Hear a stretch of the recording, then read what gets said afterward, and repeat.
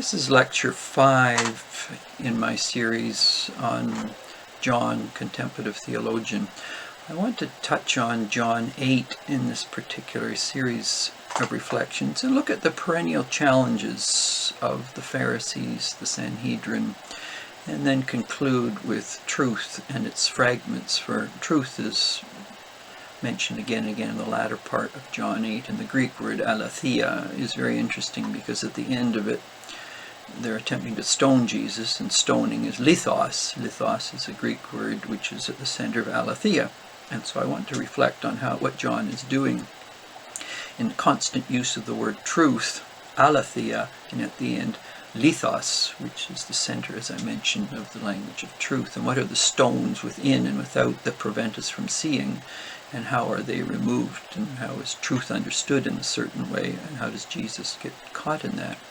But I want to look at the perennial difficulties of the Pharisees and the Sanhedrin, and how, in one sense, often in the New Testament, they're seen as the problem. They're the ones who confront Jesus and are at odds with them, and they see that he's the problem. They're the true interpreters of authentic Judaism.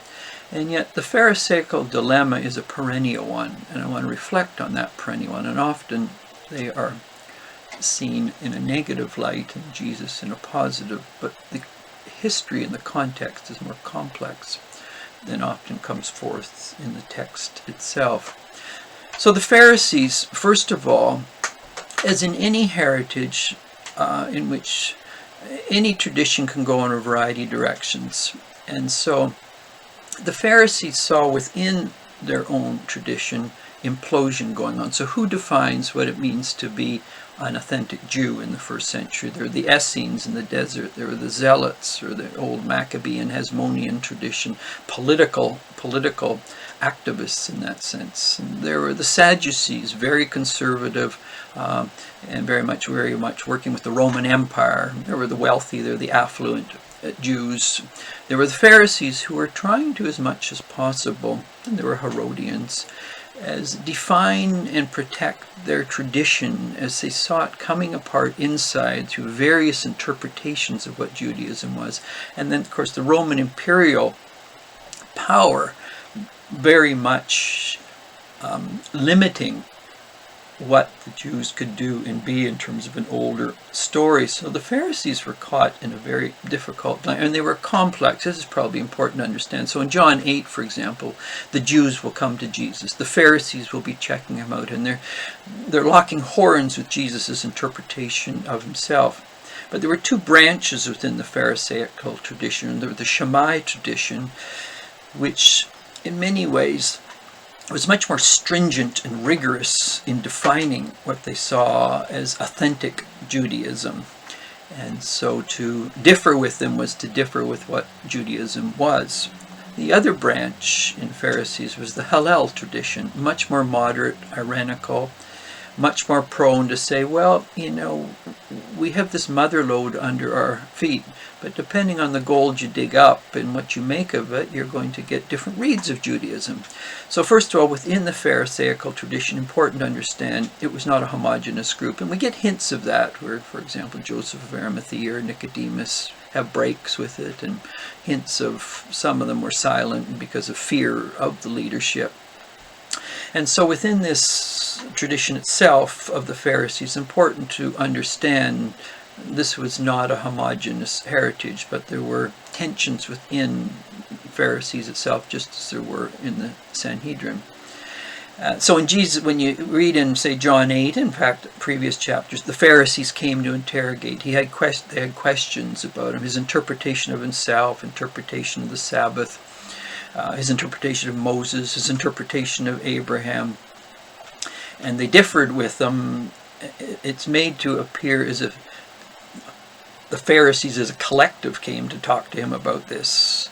Question you always have to ask the test, which Pharisee was confronting him, interrogating him, and what school were they coming from, and why did they take the hardline position they did in terms of interpreting Abraham, Moses, Sabbath, a variety of interpretations of the Hebrew canon itself. So this is essential to understand, is that, but the issue of the Pharisees, and as I mentioned, the Sanhedrin itself, which was a coalition of Sadducees and Pharisees, the dilemma always is, and this is not just an issue of the first century, the big question that this embodies in some ways is, when any tradition is trying to understand itself, there are always hardliners who say, this is what defends this political party, this is what it means to be conservative, this is what it means to be a liberal, this is what it means to be a centrist. How you interpret Plato, how you interpret Aristotle, Hegel, modern thinkers, Roger Scruton, how you interpret Locke, how Hobbes is interpreted, how the Indian tradition is to be interpreted, how the Mahabharata is to be interpreted, what defines an authentic East Indian, what defines authentic First Nations. Are they all agreed? Is it homogeneous in that sense? Well, what you get in any tradition, educationally, ethnically, religiously, politically, is people and leaders emerging who see themselves as the authentic interpreter of a tradition, and in that sense those who differ with them as distorting, perverting. Now, one extreme is to say we just make up reality as we see fit. That's the relativizing, and so in that sense, no community can be held together by people just saying all is a matter of opinion, all is a matter of perspective, hermeneutical generosity dominates. The dilemma when people see themselves as defending an interpretation of a tradition, they can be quite confrontational for those who interpret that tradition differently. So within the Pharisaical tradition, obviously there were tensions. In the sense when Jesus finally, when we move through John, the question will be, did all the Sanhedrin agree with the trial of Jesus and that Jesus should be killed? Well, obviously not. By the time we hit Max, for example, Gamaliel, who comes out of the Hillel tradition, his argument in Acts is, listen, don't persecute these people. This is of God. It will work itself out, and there's nothing you can do to stop it. And so any community that sees itself as trying to preserve or defend its heritage for fear of it being imploded, deconstructed, falling apart, then there is always going to be those who see themselves as the pure interpreters of tradition and those who differ with them as somehow thinning out, Judas-like betraying. And so in that sense, the Pharisees are a metaphor, if I can move from just a literal Pharisee Sanhedrin to allegorizing it, or typology. Any political group, religious group, interpretive education and philosophers or theologians or political theorists, they always form into, in that sense, Pharisees or Sanhedrins. We're the true interpreters of the classical tradition. We're the interpreters of the Christian tradition. We're the interpreters of liberal ideological tradition. Then the question is, well, so whose version, and why should we listen to one person versus another? And so if we can see Sanhedrin in more than just a literal sense, but also in a typological and also a tropological way, it's a perennial tendency within the human condition to try and say, this is what holds us, this is what defines us as a people, and then within that you're going to get people who differ on the interpretation of how that's to be done. And there's people who say I don't even want to belong to that group, but inevitably they just belong to another group. So, for example, people want to be agnostic, that's its own sort of Sanhedrin, and they are often agnostics. They're just Gnostics of another type, and we know nothing can be known. Well, that's just another Sanhedrin in that sense, and people take another position from that, then they're on the outs.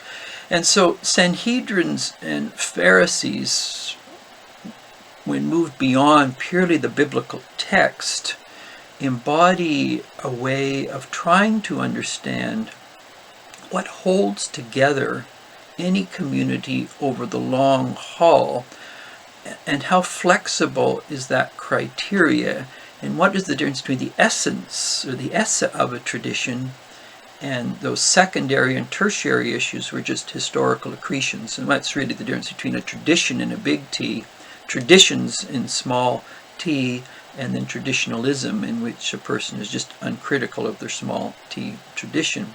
But if a person assumes their small t tradition equals the big T tradition, and they are the definers of reality, the irony is that often in defending, and this is what the book of John, of course, is about, the irony is in defending what's seen as the pure tradition, they may in fact be persecuting and making a martyr of the essence of their tradition itself. And so this is why a certain degree of humility and hesitancy amongst those who are part of a ruling group that defends their tradition, they always have to be careful that in doing so, they may not be crucifying the very spirit and essence of their tradition in the name of defending it. And that's the challenge of the Pharisee Sanhedrin, is that in critiquing a sort of relativism and agnosticism and saying there is ground we stand on, and the question is where do you draw the boundaries? And if they're too tight, then in fact an unhealthy exclusiveness goes on. But even worse than that, the very tradition that is being defended may be the means by which the essence of that tradition is put on the cross and crucified in that sense. So what John is getting at in John 8 and Jesus' clash with the Pharisees is that, as I mentioned earlier, we sometimes can see the Pharisees, the Sanhedrin, the Sadducees, the scribes, as a counterforce to Jesus, rather than in fact they're dealing with a very, very difficult series of challenges in which they have to grapple with defending a tradition rather than just saying, I'm not going to think about it, I'm not going to worry about it, anarchism, hyper-individualism, so I'm committed to nothing, I'm knit together with nothing. Well, such a particular approach itself leads to the breakdown of any community. But when it comes to defending a community, then whose defense and what's likely to happen if the defense is too narrow? I might also add, if I can move beyond simply just a literal, grammatical, historic notion of the Pharisee publican story, is that in the liturgy of the church, it brings to the fore again the dilemma, we can all be Pharisees. And so the liturgy usually starts with Kyrie eleison, Christi eleison, Kyrie eleison. So that's the position of the publican. And in any of us, we usually have two elements, is evaluating, trying to make sense of things. Is there good, better, best? Is there right, wrong? That's the struggle of a Pharisee. They're trying to understand that. And they can get it right, they can get it wrong, and they're often torn. So the counter to the Pharisee is the publican. Lord have mercy, Christ have mercy, Lord have mercy. So a certain humility is that be careful of going down too far down the Pharisee route, but the Pharisee has a legitimate place in theology, philosophy, communities, public responsibilities, literary issues, because that's where dissection, discernment, sorting through good, better, best, bad, worse, right, wrong, without any sort of evaluation, critical faculty, there are serious implications of that. But it always has to live together with the publican, Lord have mercy. So knowing how to hold together this tension, just as earlier at a literal level, the Pharisee has to hold together. How do I hold together and define the nature, in this case of Judaism, with a flexibility and a certain openness? So the Pharisee and the publican, each of us as people, have to discern where can one say something is legitimately right and wrong, or good, better, best, but not be too absolute in the sense that we are all finite and fallible, and we have to say, Lord have mercy, because I got it wrong in this situation, how I evaluated this person, this situation, this context, and I could have seen it different. And so to look at the Pharisee publican in John 8, because this is what's really happening. John 8 is the center, the center of these issues.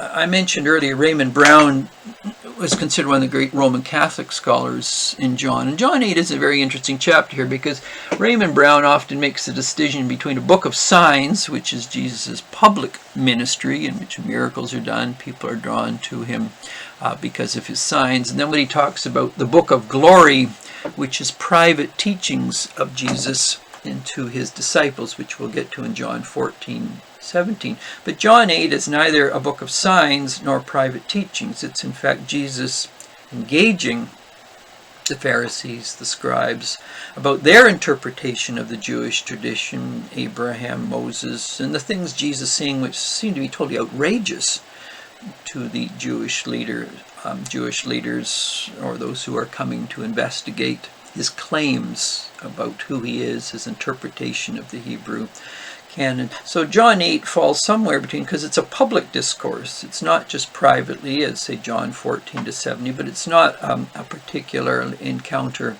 between Jesus and the miracles that he's doing that draw a lot of people.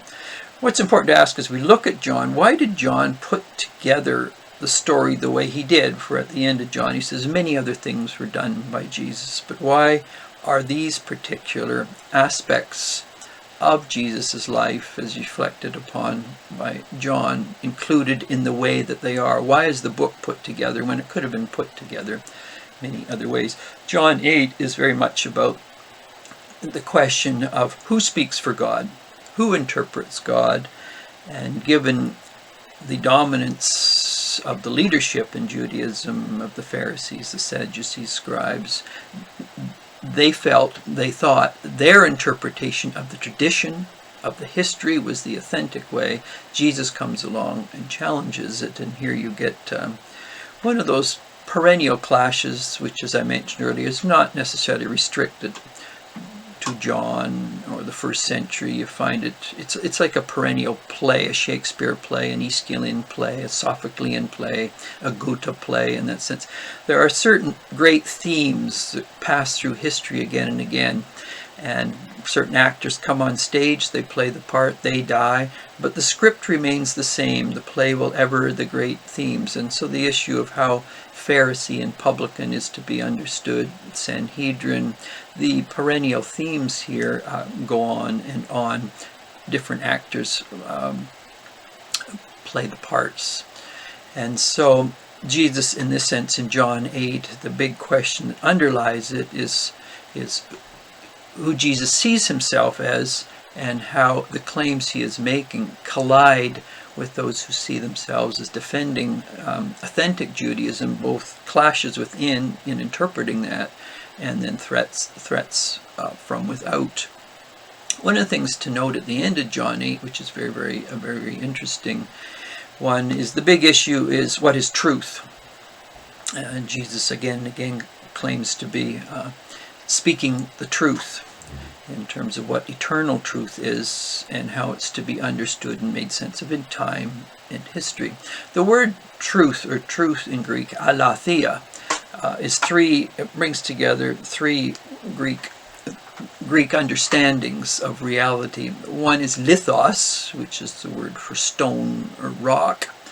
Whenever you get an alpha in Greek, it negates what follows, and the aletheia, which is just the feminine word for theos, for Greek itself. What Jesus is doing is constantly in the latter part of the book of chapter 8, claiming to speak the truth. And so you have the Jews saying they're children of Abraham, or they're children of Moses, or they're children of the text itself. And they think truth is defined by their understanding of the tradition itself. Jesus is saying, no, there's much more to truth than this. And what, of course, the word truth in Greek is very close, often connects, which is when we're moving along as I go through John, to ousia, to being itself. But to get to being itself, truth is removing the rock within that prevents us from seeing properly. It distorts our seeing. So lithos, away from the rock, okay, by the inspiration of Theia, the goddess of grace in that sense. And so it's this openness to being, or ousia, which I'll discuss as we move on in this. It's interesting, Martin Heidegger, for example, some of his earliest work was on the Apostle Paul, particularly some of the epistles, and he saw in Paul the parousia, okay, that openness to being. Most people think of Heidegger, the Greeks, the German poets, but some of his earliest lectures were on St. Paul in the New Testament itself, as he saw that openness to being. And so as the rock of our perception is dislodged within, and so we're back into Plato's cave, of course, the shadows. But the rock which is before us prevents us from seeing the sun from rising over the edge, and only as that rock is dislodged, both in how we see, but also moral character, because there's also where people are very immersed in their ego, there's a certain blindness to how they see or don't see, and so there can be moral rocks, there can be intellectual rocks, there can be socialized rocks, that prevent us from seeing what actually is before us. And so we think we see, but we're only seeing shadows. We're only seeing partially in a very limited way. And so truth in that sense is moving the rock of perception away and being opened, what Simon Weil would call attentiveness, or the receptivity of that which is, or openness to being itself. And so each person on their journey, and this is where, of course, we can move from merely the literal, historic, grammatical, to the nature of truth itself. And John is not just about Jesus emerging from the womb of a Jewish tradition. He's also very much using classical themes of truth and darkness and light and rebirth, and we could go on, water of life, bread. And so what are those things we turn to slake the thirst of our soul? What's the food of what we turn to for meaning in that sense? So Jesus is constantly drawing from a classical tradition of the big themes, but also grounded in elements of the Jewish tradition of which he's coming from. And so John is engaging dialogically with two great traditions, of which truth itself is central. It's very interesting that John 8 then ends with this ongoing debate between some Pharisees and Jesus and scribes about what is truth and who embodies truth. And so aletheia, but it ends with, of course, they threaten to stone him. So what John is playing with, very interesting enough, is truth and stoning, because aletheia, lithos, is stone. And so they are going to use stones to kill him. And so John is looking at how if people do not understand the stone that has to be removed, they will use greater stones to bring in darkness, to limit the light. And so the stoning of someone who wants to get rid of the stones and adding more stones, you get the same thing at the beginning of John 8, that there's always debate between the adulterous woman. It's not in some of the earliest texts, but it begins with John 8, which is very important to understand. The beginning of John 8 and the end of John 8 are about stoning. Stoning is adding more rocks to prevent us from seeing. So we're sealing ourselves in a tomb of rocks in which we can't see. And of course the adulterous woman, the leaders or certain Pharisees bring Jesus, and of course within the elements of the Hebrew canon, if someone is caught in the act of adultery, I don't know why they didn't pick on a man, why they pick on the woman, but anyway, they threaten to stone her. And of course stoning is they're going to what they see as someone who has violated relationships.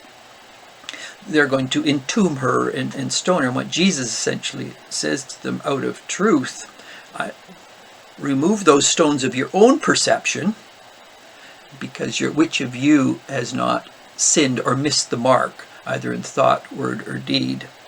So let's get the stones away from how you're interpreting the past, so that greater truth or light will be brought to bed.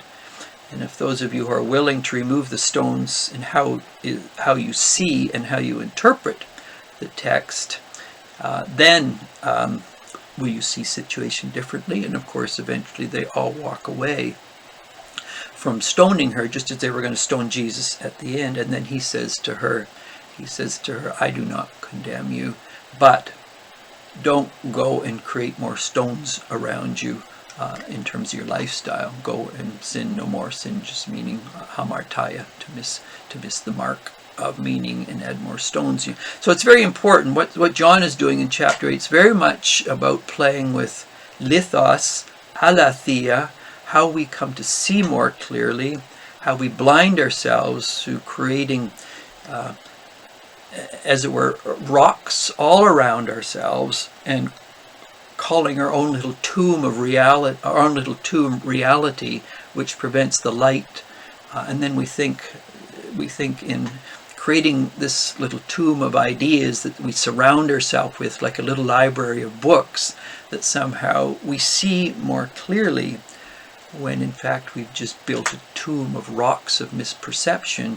And aletheia is get rid of those rocks within, in terms of human perception, in terms of egoism, so that seeing can be more meaningful, it can be clearer, and then truth itself will come to be within us in a much more meaningful way, as the light begins to, well, as the rocks are shattered and as it were blasted out or moved step by step, then perception and the light can get in. And so each of us always have to ask internally, what are those rocks within us that prevent us from seeing properly, and how do we, with grace and with other people, assist in the removing of those rocks? And if we don't, then it's just at the beginning of John 8, and we're willing to stone other people in the name of truth. We're willing to kill them and make them martyrs in the name of truth, when in fact it's not truth at all. It's the little world we've created out of our own rocks that prevents us. So we have created our own little light, our own little rooms, our own little house, but in fact the true light of life is not coming in. And so John 8 is very important, because the bookends of John 8 are both about stoning truth and those rocks that in fact we create in building the house of our identity, but in fact they blind us, they paralyze us, they make us impotent about understanding the truth of which Jesus comes to embody in terms of the light, the life, the truth of interpreting reality. He's just not interpreting a tradition, he's attempting to interpret reality itself in all of its fullness, and then what it means for people on their all-too-human journey. And so John 8 is a very pivotal work in terms of just not miraculous issues and just not private teaching, but public teaching in terms of, in this case metaphorically, what Pharisees do, and which we all can do, and then how those rocks itself that we create and build the house of meaning and purpose, how they can in fact blind us to others, and then we begin to cast rocks and kill people in the name of our own little definitions of reality built on the house of thought that we build.